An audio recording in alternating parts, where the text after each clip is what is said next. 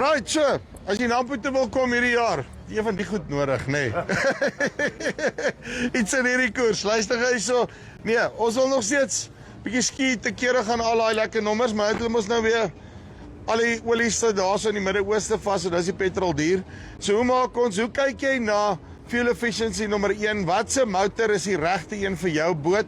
Dalk is dit tyd om jou huidige boot net 'n nuwe motor op te sit, of wanneer jy kyk na 'n boot, waarna moet jy kyk? Ek praat met Aiden, hy gaan my bietjie meer vertel hoe loop die goeders. Aiden, how are you? Yeah, good, thanks, and you? No, good, thanks, nee. Okay, so you guys are at Suzuki? Yes. When I'm looking at an outboard motor that I want to put on a boat, okay, Yes. so what is the first thing that I'm looking at? I think you want to look at reliability.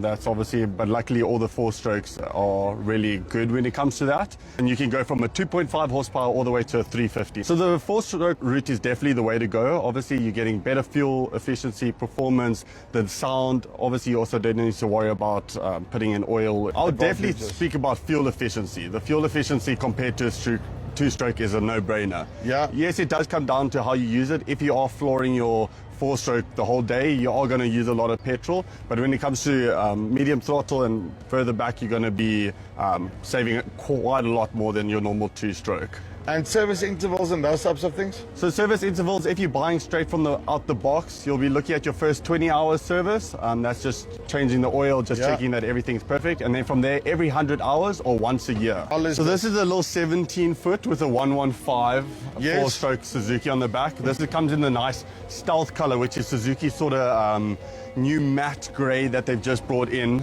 So normally we either do the white, which you see at the end, or the matte gray, which is called stealth. Yeah. And I mean, ek hou nogal van hierdie matte grey besigheid. Yeah.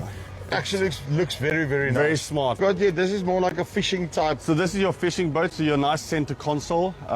Fusion's a brilliant brand in South Africa. This comes from Ocean Marine Village. Yes. So this has also got a 140 on the back. What is the wanneer ek nou gaan kyk fresh water versus sea water, when you look at the motor, as jy kyk watse motor om te vat? So luckily with these you can both go in fresh water and salt water. When it comes to salt water, you'd obviously just want to put on some flush muff, run it with some fresh water when you come out of the sea or anything like that. Net om skoon maak. Skoon maak, yes. Okay, en dan hierso ek wil kom ons gaan hier nee. So this is a beast, yeah. We got two twin 200 horsepowers on the back. What's the pitfalls when I'm looking at twin motors? How do they differ from when I'm just putting on one motor? So most of your deep sea boats are 2 engines, pulling a lot more weight in terms of fishing rods, gear, all that type of stuff, where your normal leisure boat doesn't have that. Okay, en dan het julle ook hierdie tipe pontoon type goed, né? Wat die 300 opsit. Maar is hierdie nie 'n overkill nie, want hierdie is mos 'n essence a glorified flop.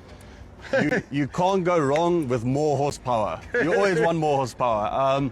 But this is basically your perfect booze cruise boat, but also you have the power for a ski, tuba or anything like that.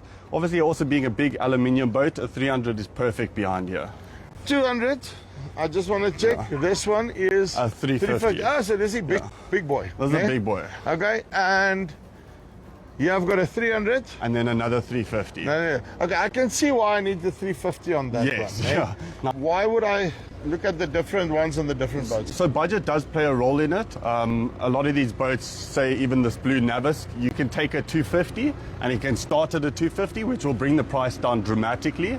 But like I said before, a lot of people, you can't go wrong with more horsepower. So you'd want to put on the most. This boat is probably best with a 300, but you can go up to a 350. So it all depends on exactly what you're looking for to find the sweet spot. Some people are happy with a 200 or a 250 because you can still ski, you can still tube, you can do everything that you need, where some people have the extra 50 grand or whatever to go up in size. Fuel economy between the 200 and the 350?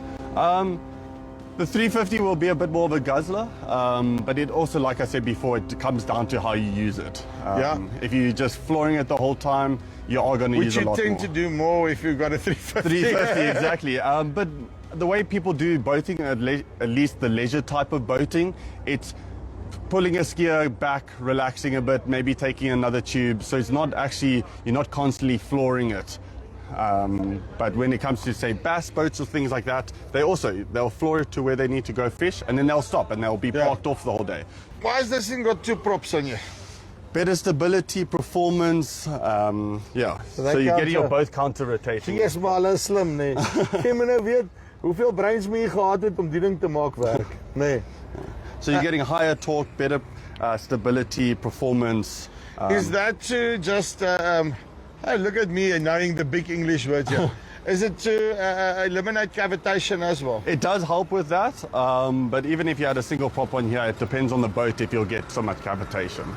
I'm 100% with you. Okay, so if I'm now interested in a Suzuki motor for my current boat and I just want to maybe, do you do trade-ins of other motors as well? Yes, we do. I know all the dealers here all do trade-ins as well. So bring it in, definitely we can, to upgrade you to the ultimate outboard is definitely the way to go. How do I know who's my local Suzuki dealer or my closest one? Do I just contact you guys? So you can look on the Suzuki website. There they'll have all the dealer networks, but we are all based all around South Africa, and the Suzuki dealer network, they've really spaced everyone out perfectly. So there's always near a Suzuki dealer near, should I say. Awesome.